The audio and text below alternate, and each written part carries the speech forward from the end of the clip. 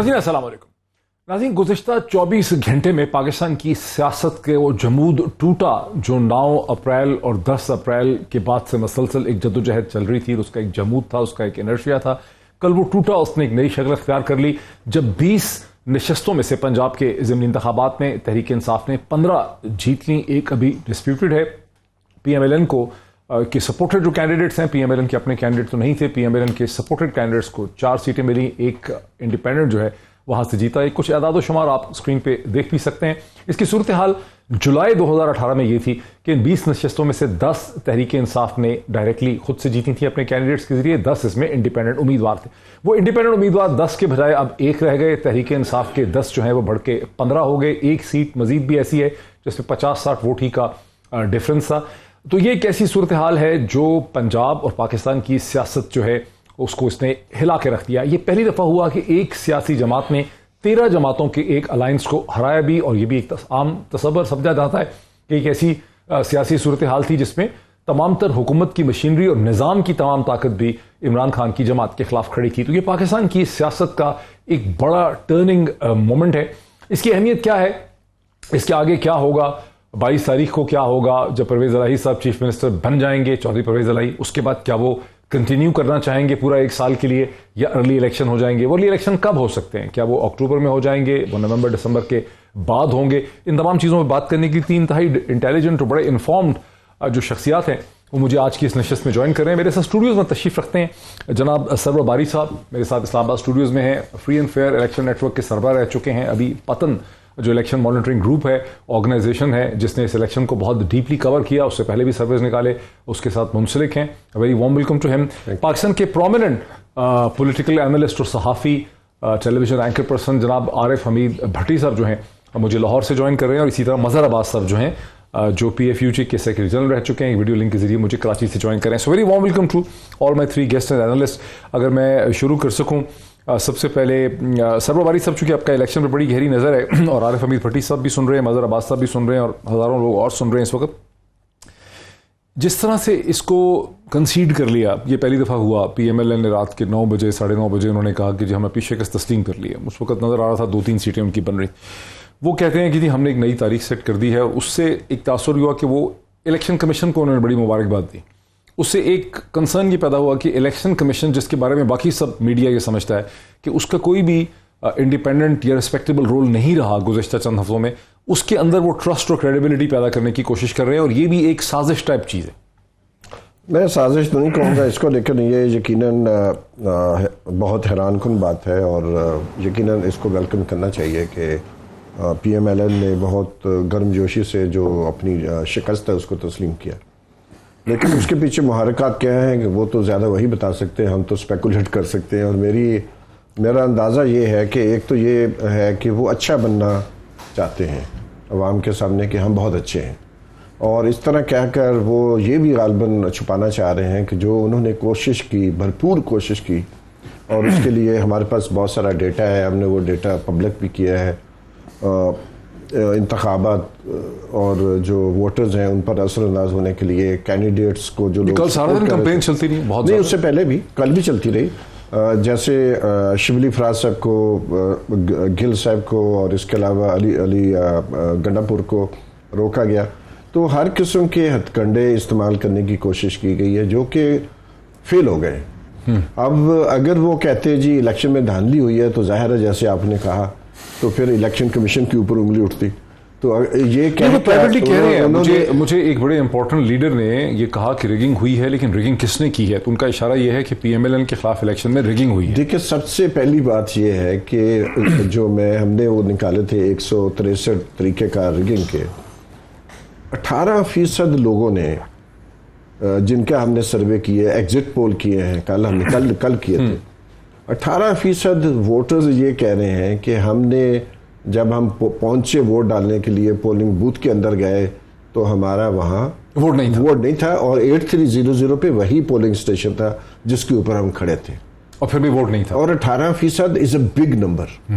तो बहुत सारे जो छोटे छोटे, अच्छा, औरतों को भी बहुत ज्यादा मसले का, औरतों को भी मसला हुआ, फिर कैओस क्रिएट किया गया, और ख़ासतौर पे औरतों के पोलिंग बूथ पर ताकि उस क्योस से फायदा उठाया जाए। फैमिली मेंबर्स अलग हो गए, यानी जवान बच्चे अलग हो गए। 12% लोगों ने हमें बताया है कि उनका नाम नहीं पुकारा गया, जो कि लाजिम है कानून के तहत। असिस्टेंट प्रिजाइडिंग अफसर की जिम्मेदारी है कि वो जब वोटर आता है तो उसकी चीज़ें कवायद चेक करके उसका नाम बाआवाज़ बुलंद बोले, ठीक, ताकि जो पोलिंग एजेंट बैठे वो सुन सकें और वो उसको वेरीफाई कर सकें। ठीक है। पोलिंग एजेंट्स का APO के डेस्क के सामने बैठना भी उतना ही लाजमी है, वो नहीं बैठे हुए। अच्छा, अब हम इसको बात को आगे बढ़ाते हैं। मजहर अब्बास साहब, अब से कोई तकरीबन 1-1.5 घंटा पहले, 2 घंटा पहले former prime minister of Pakistan Imran Khan साहब ने एक बड़ा वेल थॉट आउट किस्म का उन्होंने एड्रेस किया, जिसमें अपनी हुकूमत की उन्होंने एक दफ़ा फिर अचीवमेंट्स बताई कि चैलेंज किस किस्म का था, क्यों इकॉनमी जो है उसने इतनी बुरी तरह से सफ़र किया। और फिर उसमें उन्होंने कहा कि हम जीते हैं तमाम तर रिगिंग अटैम्प्ट्स के बावजूद, क्योंकि लोग निकले हैं और नामुमकिन हो गया उस किस्म की रिगिंग करना। और इलेक्शन कमिश्नर जो है, चीफ इलेक्शन कमिश्नर के रेजिग्नेशन का, इस्तीफे का उन्होंने बिल्कुल वाज़े तौर पे, ब्लैक एंड वाइट तौर पर मुतालबा किया है। दूसरी तरफ नून की और PDM की जमातों की कोशिश ये लग रही है कि अगला इलेक्शन जो है राजा सिकंदर सुल्तान जो है इन्हीं की लीडरशिप में हो। आप इस सूरत हाल को कैसे देख रहे हैं? जी शुक्रिया डॉक्टर साहब। देखिए, मेरे नुक्ता नज़र से अदम एतमाद की तहरीक के बाद जो है वो हुकूमती इत्तेहादी जमातें कमज़ोर हुई हैं, और उसकी बहुत सीधी सी वजह है, बहुत सिंपल सी वजह है। और मेरा नुक्ता नज़र पहले दिन से यही था कि अदम एतमाद की तहरीक जो है सियासी तौर पे गलत फ़ैसला था, क्योंकि उसके बाद जो होने वाले इक़दामात थे उसमें आप उसको जस्टिफाइड नहीं कर पाए, और जो इक़दामात किए उसमें आपकी जो मकबूलियत थी वो कमी हुई। आप देख लें कि अगर 7 मार्च से पहले PMLN ने 90% बल्दिया वो बाई इलेक्शंस जीते थे और उनको कोई प्रॉब्लम नहीं थी, और मेरा ख्याल है अगर इमरान खान 1 साल और रहते तो PMLN की सूरत हाल जो है वो ख़राब नहीं होती, बल्कि शायद बहुत बेहतर होती। तो ये तो एक बहुत सिंपल सी मेरे नज़र से कि PMLN ने को सबसे ज़्यादा नुकसान हुआ इस पूरी एक्सरसाइज में। दूसरी बात, इमरान खान ने की आज की तकरीर में मुझे थोड़ा सा ये तासुर मिला कि वो ये चाह रहे हैं कि वज़ीर आज़म शहबाज शरीफ जो है वो आम इंतखाबात का ऐलान करें, हुकूमत आम इंतखाबात का ऐलान करे, लेकिन उन्होंने कोई आइंदा का लाएअमल नहीं बताया। जो पहले ये कहा जाता था कि अगर इलेक्शंस जीतेंगे हम पंजाब के ज़िमनी इलेक्शन में, तो फिर शायद ये फ़ैसला भी हो सकता है कि पंजाब असम्बली को डिज़ोल्व किया जाए, खैबर पख्तूनख्वा की हुकूमत और असम्बली डिज़ोल्व की जाए, और बाकी जो उनके MPs हैं, ताकि दबाव जो है वो फौरी तौर पे तेज़ किया जाए। अब मुझे ये लग रहा है कि वो पंजाब असम्बली गालिबन कंटिन्यू करना चाहते हैं। हो सकता है मैं गलत हूँ, लेकिन मुझे ये तासुर मिल रहा है कि अब वो परवेज़ इलाही के थ्रू बाकी मांदा जो पीरियड है वो चलाना चाहते हैं, ताकि जो भी पंजाब में एडमिनिस्ट्रेटिवली ग्रिप जो है वो मजबूत की जाए आम इंतखाबात में जाने से पहले। और यही मेरी इत्तला यही है कि परवेज़ इलाही साहब का भी। मज़हर, आपको क्या लगता है कि कितनी देर तक वो पंजाब की असेंबली को चलाना चाहते हैं? आपकी क्या सेंस है? मुझे तो यही लगता है कि वो आइंदा इंतखाबात जो ज़ाहिर है अगले साल होने हैं उस वक्त तक चलाना चाहते हैं। वरना आप देखें ना कि अगर गवर्नमेंट ने ये पोजीशन ले ली कि हम असेंबली नहीं डिज़ोल्व, हम नए इंतखाबात वक्त पर होंगे, अगर उन्होंने ये की तो आपके पास क्या ऑप्शन है? आप यही होगा ना कि आप फिर लॉन्ग मार्च करें। अब आपकी हुकूमत है, क्या आप अपनी हुकूमत में लॉन्ग मार्च करेंगे? तो ये एक डिफ़िकल्ट पोजीशन में इस वक्त इमरान खान साहब ने फैसला ये करना है कि उन्होंने अगर आम इंतखाबात की तरफ जाना है तो फिर उसके लिए तो ये कि आप ये पूरी गवर्नमेंट क्रिपल्ड हो जाए। क्रिपल्ड किस तरह होगी? अगर आपकी 2 प्रोविंशियल गवर्नमेंट्स बरकरार हैं तो गवर्नमेंट कैसे, वफाकी हुकूमत कैसे क्रिपल्ड होगी? तो ये मेरा ख्याल है बहुत अहम है। बाकी मुस्लिम लीग नून क्यों हारी, अच्छा, उसकी भट्टी साहब यानी हर ठीक है भट्टी साहब, जिंदगी जो है वो किसी डेस्टिनेशन का नाम नहीं है, उसमें कोई एक मुकाम नहीं होता कामयाबी का, बल्कि एक मसलसल जद्दोजहद उसमें करनी पड़ती है। और सियासत में भी यही है कि आप एक पहाड़ी पे पहुंचते भी हैं, फिर उसके बाद एक अगला मरहला जो है शुरू हो जाता है। अब एक अगला मरहला शुरू हो गया है, इसमें अब क्या इमरान खान ही महज चाहते होंगे या दूसरी तरफ परवेज़ इलाही जो है वो भी चाहेंगे कि वो देर तक चीफ मिनिस्टर पंजाब रहें, वो अपना सोर्स वहाँ पे बढ़ाना चाहेंगे?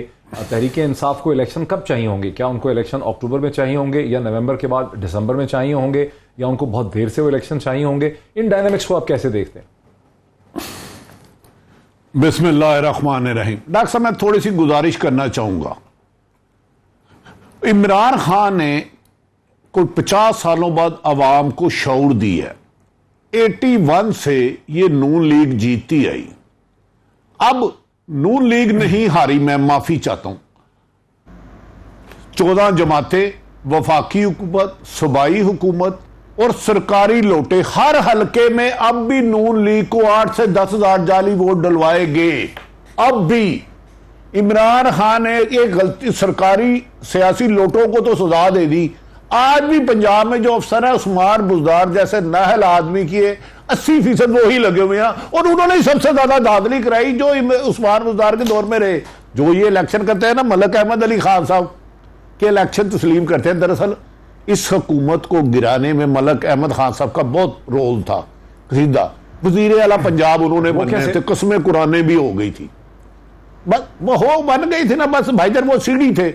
मैं आपको ये चैलेंज कर रहा हूं, अगर वो इनकार करेंगे तो फिर मैं गुजारिशात कर दूंगा किस किस जगह मुलाकात करवाई गई, कौन कौन था, मेन प्लेयर था।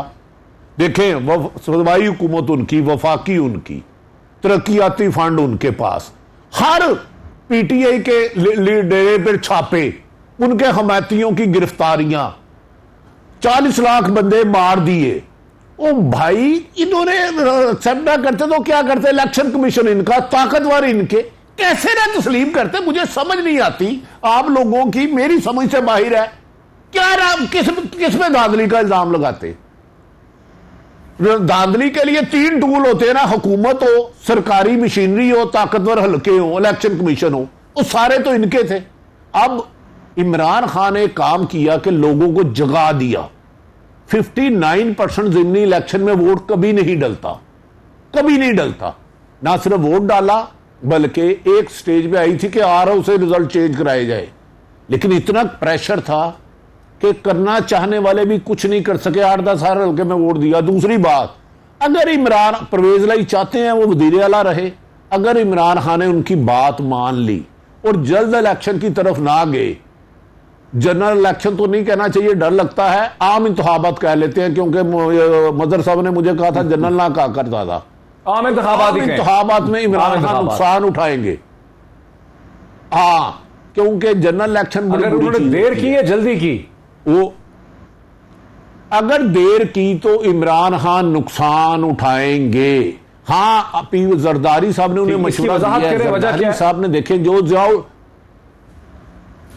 इमरान खान गिर जाएंगे। हुकूमत जो मुस्लिम लीग ने जो डैमेज हुई है कि पेट्रोल की प्राइस बहुत ज्यादा ऊपर गई और महंगाई बेपनाह हुई। इमरान खान ने एक नैरेटिव लिया, ये इंपोर्टेड हुकूमत है, अमेरिकन मरासले के तहत आई, मुझे नजायज तरीके से हटाया गया। अब वो जदोजहद बंद कर देंगे तो लोग कहेंगे तो आप तो एक सूबे के लिए लड़ रहे थे। इसका मतलब है आपको वफाक में वजारत उज़्मा से अमेरिकन मसाले के तहत नहीं अगर आया गया, और पब्लिक का ग्राफ एकदम नीचे आ जाता है। आसफ अली जरदारी देखें, जो काम ज़ियाउल हक नहीं कर सके, पीपल्स पार्टी को खत्म कर सके पंजाब में, मुशर्रफ नहीं कर सके, वो जरदारी साहब ने किया। अब वो जो उनकी जुबान काटी गई थी या 10 दफा रखा था, अब वो नवाज शरीफ को कहते हैं कि पूरा साल कर शहबाज शरीफ को। वो पंजाब से भी मुस्लिम लीग नून को खत्म करना चाह रहे हैं, लेकिन पीटीआई का भी नुकसान होगा अगर इमरान खान साहब ने एक लोटा, सरकारी लोटा करेसी। अगर जरदारी साहब नून लीग को खत्म करना चाह रहे हैं पंजाब से, जो उनको वैसे भी बहुत फेंटा लग गया है, तो फिर इमरान खान भी खत्म हो जाएंगे, तो पीएमएलएन भी खत्म हो जाएगी। फिर बात लॉजिक तो नहीं बनती।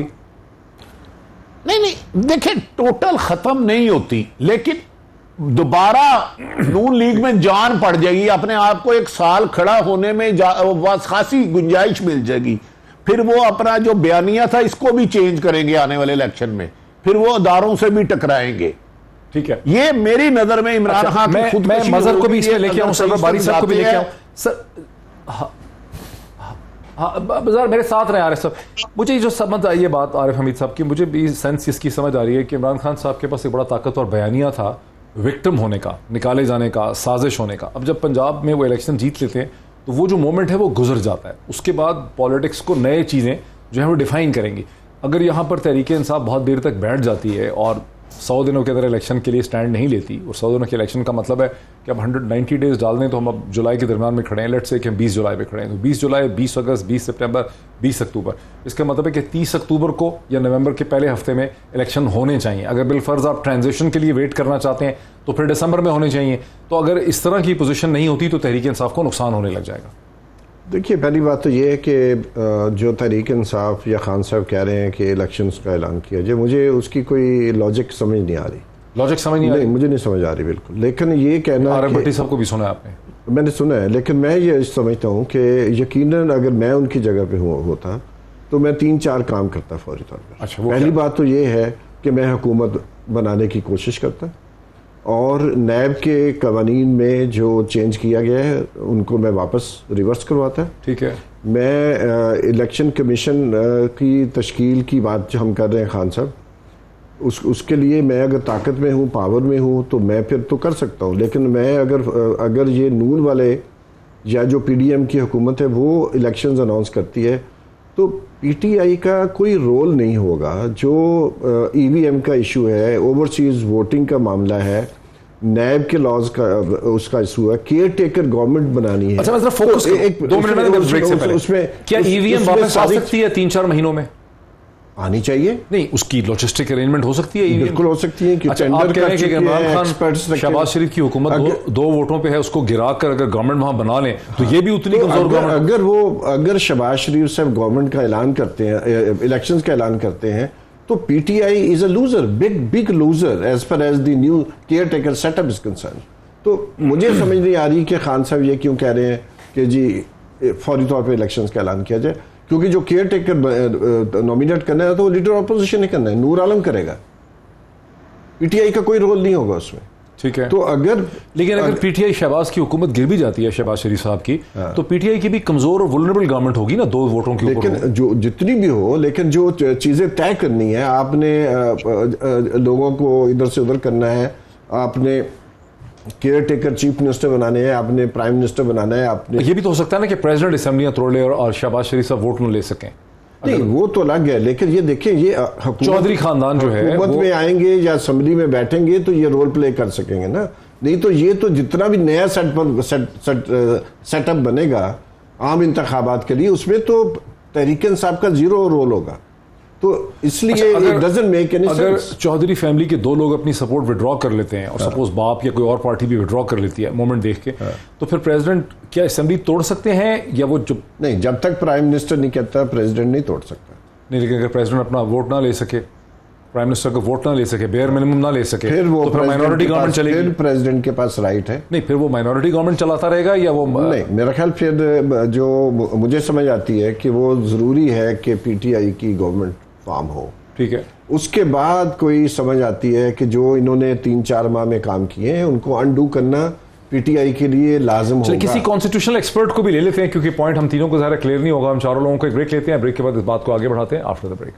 नाज़रीन, वेलकम बैक। मेरी कोशिश है कि हम किसी कॉन्स्टिट्यूशनल एक्सपर्ट को भी ले सकें, और ये नुकता भी हम क्लियर करना चाहेंगे किसी वकील साहब के साथ कि अगर शहबाज शरीफ साहब को कुछ लोग छोड़ दें यहाँ पर इस्लामाबाद में नेशनल असेंबली के अंदर, और फिर प्रेसिडेंट उनसे वोट ऑफ कॉन्फिडेंस डिमांड कर सकते हैं, और अगर वोट ऑफ कॉन्फिडेंस में प्राइम मिनिस्टर शहबाज शरीफ ना हासिल कर सकें वोट ऑफ कॉन्फिडेंस, तो फिर प्रेसिडेंट के पास क्या ऑप्शंस हैं?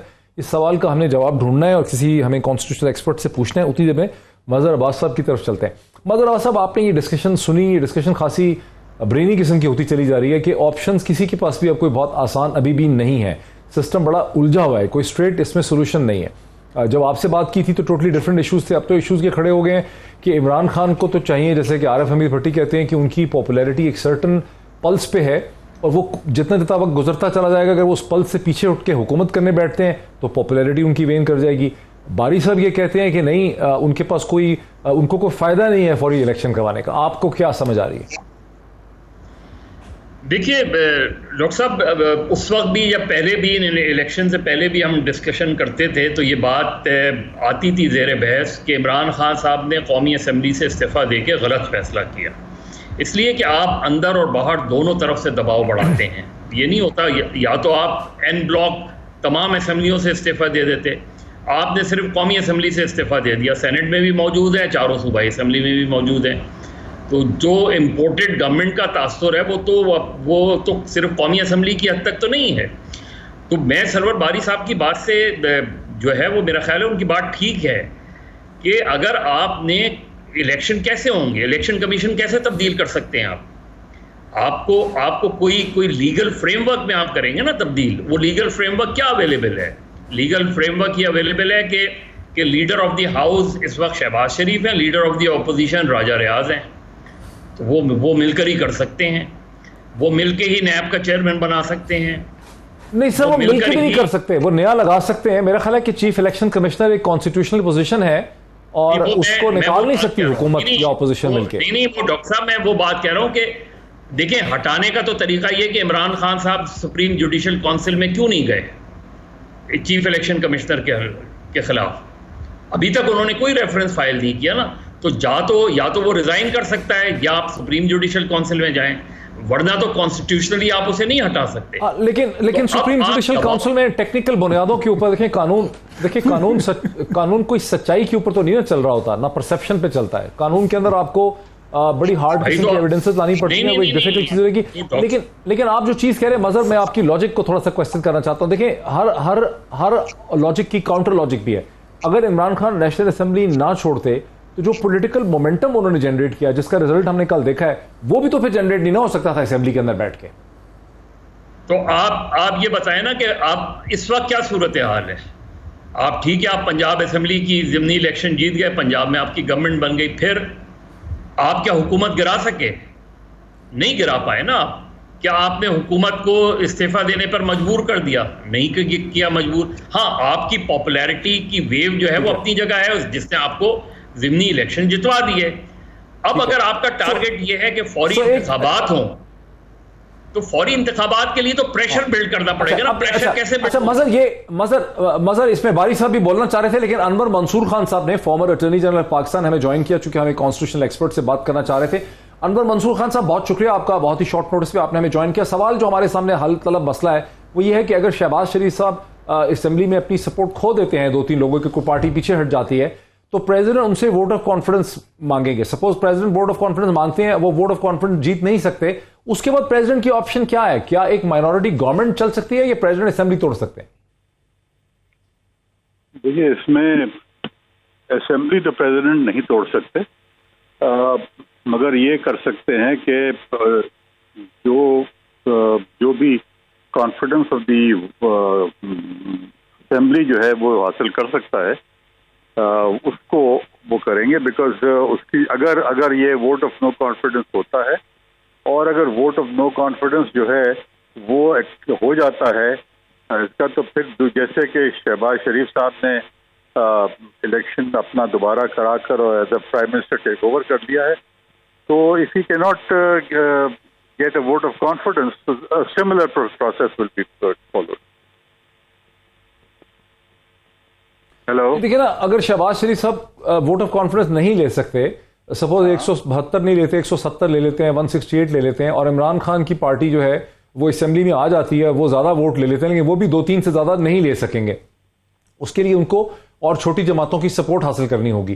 तो फिर वो आके रेकमेंड कर सकते हैं कि भाई असेंबली तोड़ी जाए और इलेक्शन करवाया जाए। क्या होगा? लीगल सिनारियो क्या है कॉन्स्टिट्यूशनल? लीगल सिनेरियो तो यही है कि वोट ऑफ जो प्राइम मिनिस्टर को दोबारा इलेक्ट किया जाएगा थ्रू प्रॉपर, अगर वो नहीं होता है, मैं मेरे ख्याल में आर्टिकल 41 है शायद, जस्ट मिनट मैं आपको बताता हूँ, मुझे ये बहुत कम असल में नोट है, वरना देख रहा था।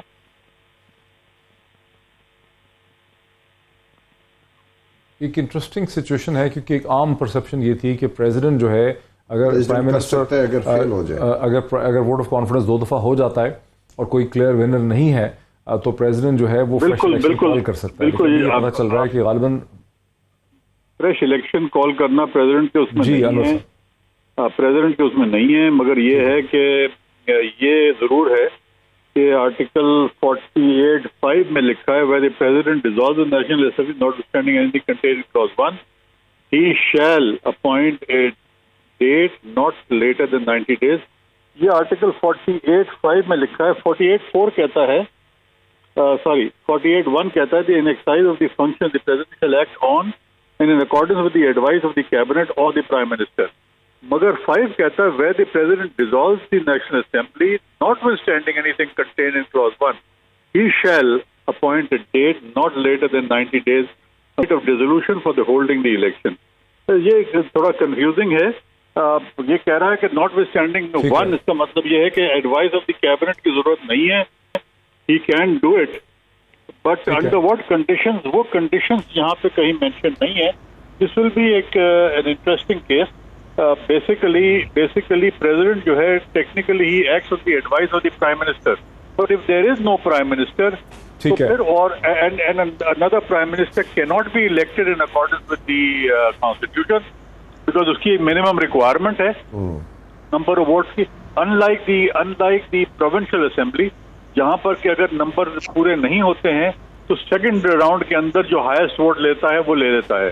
बट द फेडरल गवर्नमेंट के अंदर ये नहीं होता। He has to take the minimum votes जो रिक्वायर्ड है, that is 51% of the total house. अगर वो नहीं मिलता किसी को तो इसका मतलब देयर इज अ डेडलॉक। तो उस सूरत में ये जो मेरा जो ओपिनियन होगा वो ये होगा कि इस सूरत में what will need to be done is the president should dissolve the assembly and call for election within 90 days. सो तो फिर कॉमन परसेप्शन जो चल रही है सोशल मीडिया पे वो ठीक है अनवर मंसूर खान साहब के आईने पाकिस्तान में इसकी गुंजाइश है, कुछ थोड़ा सा ग्रे एरिया है कि कैबिनेट ही के उसको रिकमेंडेशन या प्राइम मिनिस्टर की नहीं चाहिए। अगर प्राइम मिनिस्टर एहतमाद का वोट हासिल नहीं कर सकता देन अंडर आर्टिकल 48(5) प्रेसिडेंट जो है वो फ्रेश इलेक्शन कॉल कर सकता है विद इन 90 days और असेंबली को डिसॉल्व कर सकता है और उस सूरत में फिर केयर टेकर बनेगी। जी क्या उसमें वही 48 के अंदर 5(2) में लिखा हुआ है वो अपॉइंट करेगा केयर टेकर गवर्नमेंट। अब प्रेसिडेंट अपॉइंट करेगा केयर टेकर तो उसमें एक ऐसी पार्टी जो असेंबली में ही नहीं है जैसे इमरान खान की पार्टी है उसका फिर कोई रोल ही नहीं होगा केयर टेकर बनाने में। नहीं मगर वो तो है 48(2) में जो लिखा हुआ है because there is no government then technically if the prime minister is not there. मगर प्रॉब्लम यही है कि appoint a caretaker cabinet in accordance with the provisions of article 224 के अगर दोनों पार्टियां एग्री कर जाएं। मगर यहाँ पर क्योंकि यहाँ पर कोई है ही नहीं तो there will be a difficult situation. तो जाहिर है कि समझ गया सर। खान साहब बहुत शुक्रिया इतने शॉर्ट नोटिस पे Pakistan constitutional expert farmer attorney general Pakistan जनाब अनवर मंसूर खान साहब ने हमें समझाया इस इशू को। बहुत शुक्रिया अनवर मंसूर खान साहब का। जनाब आरिफ हमीद भट्टी साहब, अंग्रेजी में एक मुहावरा होता था बचपन में हम याद किया करते थे, रटे लगाते थे कि out of the fry pan into the fire. ये हो गया इमरान खान साहब के साथ। डॉक्टर साहब आप भोले बादशाह, मैं तो एक छोटा सा रिपोर्टर हूं। इमरान खान को कुछ लोग मरवा देंगे अगर वो ऐसी ही डिवाइस लेते रहे। नंबर 1 तो उनकी जब हुकूमत थी इतनी पॉपुलैरिटी नहीं थी, महंगाई थी।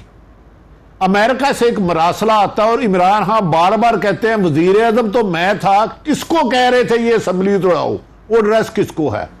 अगर वो इस हुकूमत को तस्लीम कर लेते हैं और चलते रहते हैं, इसका मतलब है साइफर के बयानिए से वो भाग गए जिसकी वजह से उनके वोट बैंक में इजाफा हुआ, जिसको लेके उन्होंने 3 महीने घर घर करिया करिया चौक चौक चौराहे बाग गांव शहर में गए और उस वजह से उनकी पॉपुलैरिटी में इजाफा हुआ। साल वो इंतजार कर लेते हैं अगर किसी अहमद के कहने पे। ये मौजूदा हुकूमत ही नया चीफ इलेक्शन कमीशन बनाएगी और उसका अपोजिशन लीडर राजा रियाज है। इमरान खान तो मैटर ही नहीं करता। और भाई पंजाब हुकूमत तो बाद में थी। इमरान खान के खिलाफ जो अमेरिका ने बकौल उनके साजिश की थी वो साइफर था कि इमरान खान को अदम एतमाद के जरिए ना हटाया तो हम आपको मुश्किल वक्त होगा। इसका मतलब है इमरान खान साइफर को मान गया, वो झूठा है। अगर वो इस हुकूमत को मान जाता है फिर तो वो खुदकशी करेंगे। बिल्कुल जैसे इस हुकूमत ने नहीं तो करना क्या होगा जो रास्ते में। ठीक है, मतलब आपकी बात, आप एक सियासी पॉलिटिकल लेंस से इसको देख रहे हैं, बारी साहब और डिफरेंट लेंस से देख रहे हैं। मुझे ये बताएं ना कि इमरान खान इस हुकूमत को खत्म कैसे करेंगे। मैं आईनी और कानूनी से देख रहा हूं। मुझे बताएं ना, अगला इलेक्शन कमीशन या चेयरमैन नैब तो शहबाज शरीफ ने बनाना है और राजा रियाज अब उसको अब अपोजिशन लीडर मान रहे हैं। इसका मतलब है एक सिंपल बात है, मुतालबा करे दोबारा लॉन्ग मार्च की कॉल दें। पहले तो राना सनाउल्लाह साहब थे, तो 24-25 मई को था, 2 दिन पहले चादर चार दीवारी हुई। अगर 20 लाख बंदे आ गए तो ये क्या करेंगे? अगर नहीं करेंगे तो इमरान खान इतना डैमेज हो जाएंगे कि इनका ये बयानिया गलत है। साइफर कोई इनके खिलाफ नहीं था। मैं जरा आपकी प्रेशर रहा, साइफर का जिक्र नहीं करना। मैं आपकी बात को डिफरेंट लैंग्वेज के अंदर ले रहा। पहले ये बताएं, इमरान खान पे प्रेशर रहा कि नहीं रहा कि साइफर का जिक्र नहीं करना, इसको गोल कर दो। उनका तो मकसद हल हो जाएगा। इमरान खान को तो 1 साल में ऐसी मार पड़ेगी, याद रखेगा। ठीक है, अच्छा जरा रुके।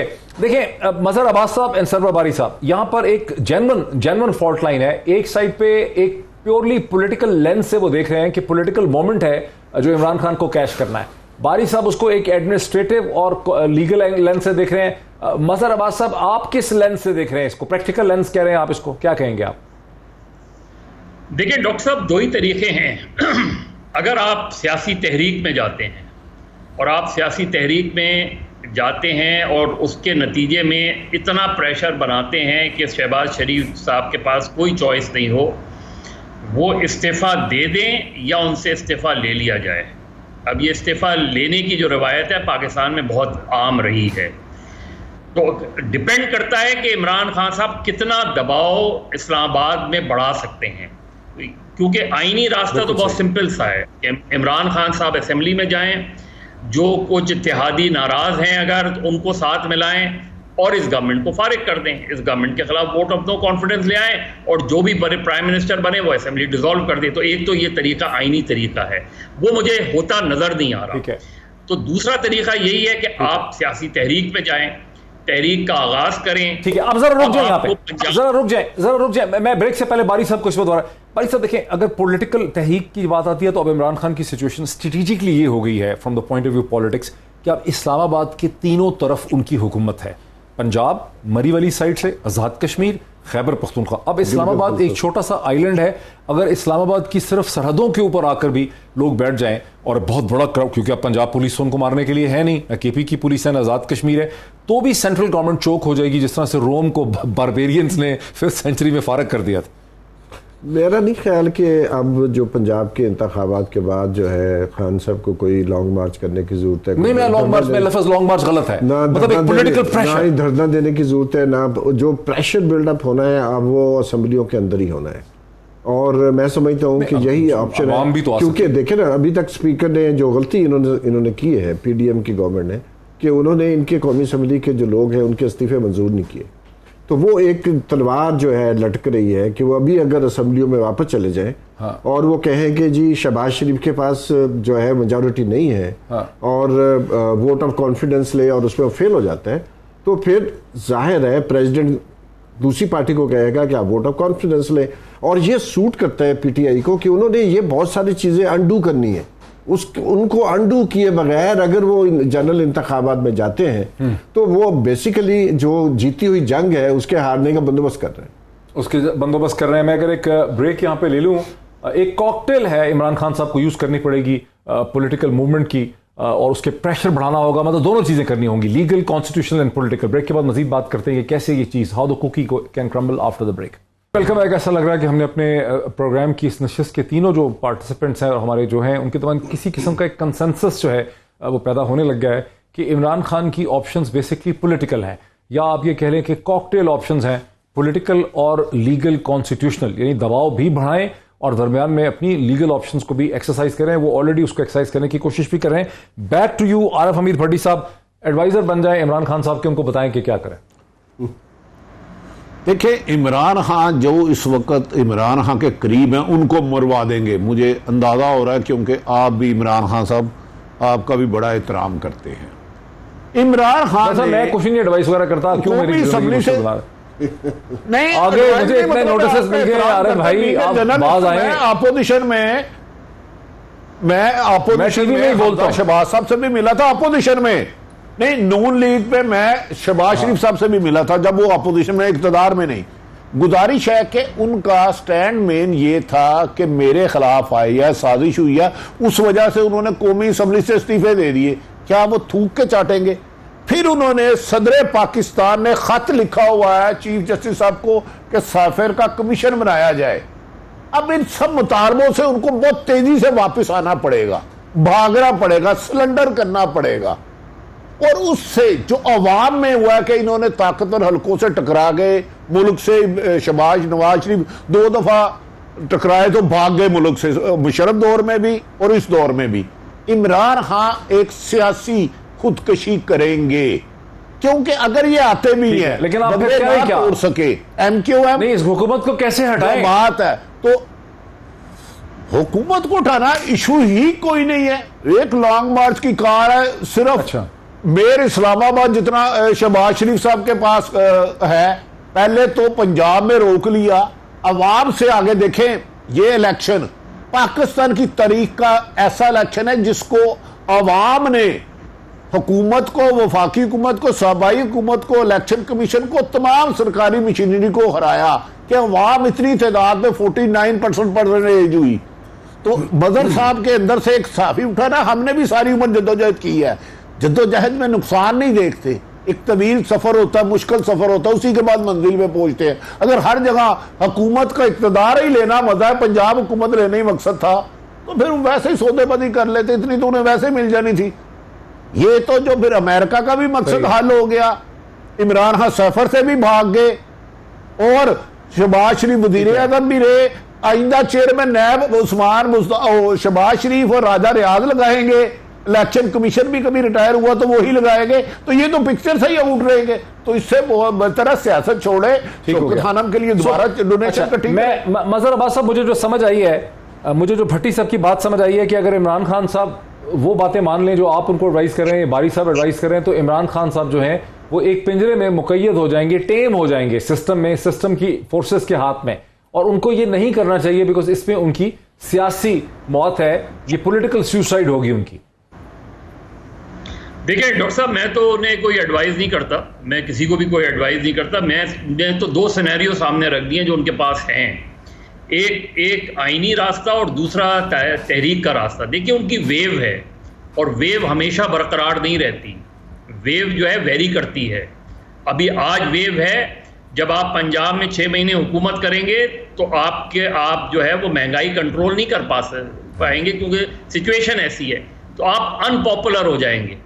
इस वक्त वेव ये है कि आप सियासी तहरीक में जाएं।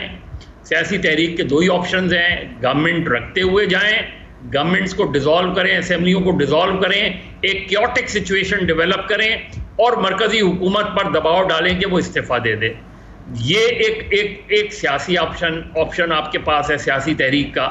लेकिन इस मुल्क में इस्तीफे दिए नहीं जाते, लिए जाते हैं। अगर कोई इस्तीफा देने को तैयार नहीं होगा तो सिचुएशन जो बनेगी, और अगर ले लिया गया इस्तीफा तो जाहिर है एक ऐसी सिचुएशन बनेगी जहां एक्स्ट्रा कॉन्स्टिट्यूशनल चीजें भी हो सकती हैं, एक्स्ट्रा ऑर्डिनरी चीजें भी हो सकती हैं। तो सर बोरिस जॉनसन भी इस्तीफा देना नहीं चाह रहा था, उसकी पार्टी ने जबरदस्ती ले लिए। मैं वही बात कह रहा हूं ना कि वो सिचुएशन, आपको पता है कि इस मुल्क में इस्तीफे कौन लेता है, कौन लेता रहा है, तो क्या वो सिचुएशन वो उस नहज पे पहुंचेगी? अगर उस नहज पे पहुंचेगी तो क्या इस्टेब्लिशमेंट के साथ इमरान खान कह रहे हैं कि हमारे सिस्टम के अंदर इतनी शर्म हया, इतनी मॉरल करेज, इतना मॉरल है ही नहीं होगा कभी भी कि जब ऐसे हालात भी पैदा हो जाएं फिर भी वजीर आजम इस्तीफा नहीं देंगे? नहीं, कहाँ रहे हैं, कहाँ रही है और आइंदा भी नहीं होगी। इस पे परेशानी की बात नहीं है, आइंदा भी नहीं होगी, चाहे वो किसी की भी हुकूमत हो। लेकिन वो सिचुएशन छोड़ें, लेकिन क्या इमरान खान इस पोजीशन में हैं कि वो एक ऐसी क्योटिक सिचुएशन डेवलप कर देंगे जहां इस्टेब्लिशमेंट मजबूर हो जाए शहबाज शरीफ पे दबाव डालने पे कि आप इस्तीफा दे दें और इस सिचुएशन को, इस एक्स्ट्राऑर्डिनरी सिचुएशन से निकल आए? ये तो इमरान खान साहब जो कुछ भी इमरान खान साहब को करना होगा वो जल्दी करना होगा। वो इस मोमेंटम को जो उनके पास इस वक्त आ गया है इस पर उनको कैपिटलाइज करना होगा। बिकॉज अगर इमरान खान को पाकिस्तान के मसाइल का और लोगों की जो उम्मीदें उन्होंने पैदा कर दी हैं, इकनॉमिक क्राइसिस है, फॉरेन पॉलिसी के रिलेशनशिप हैं, चीज़ें ठीक करनी है, तो फिर तो उनको एक ऐसी हुकूमत चाहिए जिसमें उनके राइट और लेफ्ट कंधे के ऊपर वो लोग ना बैठे हों जो किसी ने बिठाए हों। पहले उनका कंप्लेन यही है ना कि वो इंडिपेंडेंट नहीं थे डिसीजन मेकिंग में, तो सिस्टम कंट्रोल और मैनेज था। उनको एक ऐसा सिस्टम चाहिए जिसमें वो एक जेन्युइन नरेंद्र मोदी की तरह के प्राइम मिनिस्टर हों जो अपने फैसले खुद करता है। देखिए, पहली बात तो ये है कि ये जो आपने कॉकटेल का लफ्ज़ इस्तेमाल किया, होती हकीकत वही है कि आप सियासी दबाव बढ़ाते हैं और फिर उसके अंदर ही कोई आईनी रास्ता निकालते हैं और चीज़ें आगे की तरफ। हम जंग की बात नहीं कर रहे, हम सियासी रास्ता भी है, एजिटेशनल भी था, उन्होंने किया है और फाइनली ही रियलाइज्ड कि हमने इलेक्शन भरपूर तरीके से लड़ने हैं और उन्होंने बहुत बड़ी कैंपेन चलाई है। इस वक्त पाकिस्तान में बहुत बड़ी एक आप समझें कि एक हाइप है खान साहब की हमायत में। मैं तो फील्ड में फिरता रहा हूँ और मुझे नजर आती है, ठीक रो रहे हैं लोग। और मजे की बात जो नजर आती थी कि जो जनरेशनल गैप था कि यूथ जो है वो पीटीआई के साथ थी और उनके एल्डर जो थे वो नून के साथ थे। पिछले एक हफ्ते के अंदर अंदर वो शिफ्ट आई है कि जो पेरेंट्स हैं वो move to the youth position. So 20 something का पॉइंट ऑफ व्यू जो है, हाँ, तो इसलिए मैं समझता हूँ कि ये इस वक्त देयर इज सफिशिएंट प्रेशर, क्योंकि जो ही पंजाब की गवर्नमेंट फॉल करेगी और अगर पीटीआई की गवर्नमेंट बन जाती है तो मेरा नहीं ख्याल कि जो लोग इत्तेहादी हैं 12-13 पार्टियां उनमें से टूट फुट होगी। तो जब टूट फुट होगी खड़े नहीं रहेंगे, बिल्कुल नहीं रहेंगे। और जब वो टूट फुट होनी है तो जाहिर है उसके फौरन बाद जो है वो सेंटर में जो हम पहले गुफ्तगू कर रहे हैं वो होगा और उसका नतीजा यही होना है कि उसके बाद असेंबलियां डिसॉल्व होंगी, ठीक है, उसके बाद ही केयर टेकर सेटअप तैयार होगा और नए इलेक्शंस का ऐलान किया जाएगा। वो तो सब डिफिकल्ट पॉलिटिक्स है, लेकिन ये जो सारी इत्तेहादी जमातें ना ज़ाहिर ये भी देखेंगी कि पॉलिटिकल गवर्नमेंट और पल्स क्या है। वो अब शहबाज शरीफ साहब के साथ लॉयल नहीं रहेंगे। देखे डॉक्टर साहब, मुझे 1 मिनट दे दे।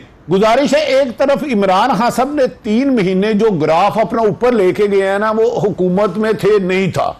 इनका कहना था 3 महीने से वो कह रहे हैं मुझे ब्लैकमेल किया जाता रहा, इत्तेहादी थे, मुझे काम नहीं करने दिया, जब तक मेरे पास मेजोरिटी नहीं आएगी मैं हुकूमत नहीं लूंगा, अपोजिशन में बैठूंगा। अगर फिर उन्होंने लोटा पार्टियों को लेके साथ दोबारा हुकूमत करनी है तो वो नैरेटिव तो दफन कर देंगे अपना, जिस बयानिए ने उनको अरूज दिया कि वो खड़े रहे हर दीवार के सामने। अब फिर उनकी मिन्नत अल्लाह करेंगे, इनको लेके दो, बा पार्टी को लेके दो, कैसे हुकूमत बनाएंगे मुझे बताए ना। फिर लोटा पार्टियों को लेंगे, फिर साइफर को दफन करेंगे। ये तो अपनी सियासी खुदकशी करने के मुतरादफ होगा। लेकिन जैसे मजहर साहब ने कहा हमारा काम है, ये तो नहीं कहा बारी साहब ने, ताकि वो जो मैं ये नहीं कह रहा हूं, मैं ये कह रहा हूं कि वो हुकूमत बना के डिसॉल्व करेंगे, क्योंकि केयर टेकर गवर्नमेंट जो भी बनाएगा वो अपने लिए ऐसे लोग ढूंढ के लाएगा। नहीं, फिलहाल वो रिजाइन दे चुके हैं। मेरी सबमिशन है वो रिजाइन दे चुके हैं। अगर वापस जाते हैं थूक के चाटते हैं, फिर भी एमक्यू और बाप को 10 पार्टियों को मिलाएंगे, उनसे ब्लैकमेल होंगे, उनको उनकी मर्जी की वजारतें देंगे, गवर्नर देंगे, तो फिर भी एक अच्छे वजीर आजम नहीं बन सकेंगे जो कहते हैं कि मैं आके रिफॉर्म्स करूंगा और इंडिपेंडेंट ब्लैकमेल नहीं होऊंगा।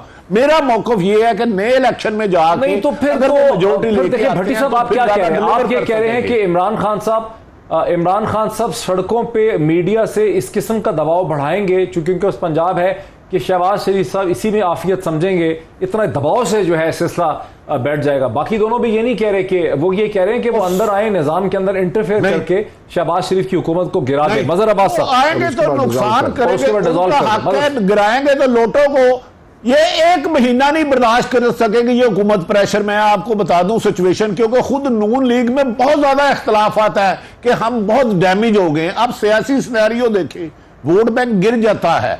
इमरान खान साहब जब हुकूमत में थे इतने मजबूत नहीं थे, ये स्टैंड लेने की वजह से आगे आए हैं।